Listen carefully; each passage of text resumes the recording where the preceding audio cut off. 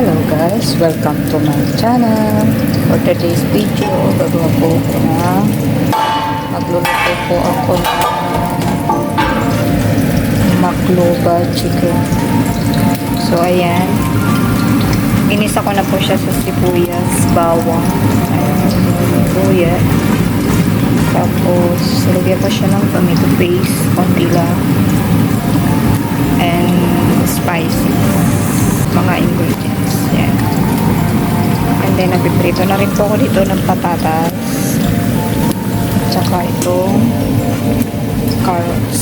So yan, let's go guys. So ayan, lutuin na po natin yung kanin. Lagyan ko na yan ng asin at yung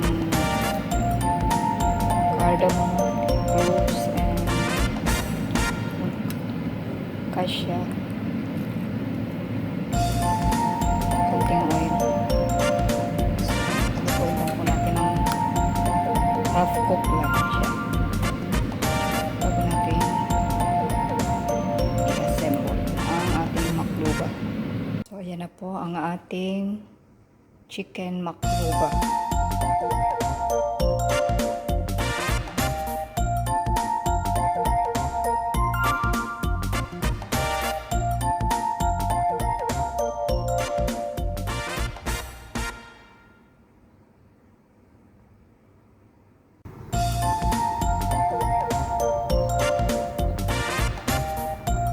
Yan na po ang chicken makluba.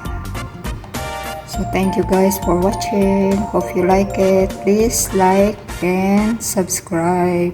O paki-share na rin po. Thank you so much.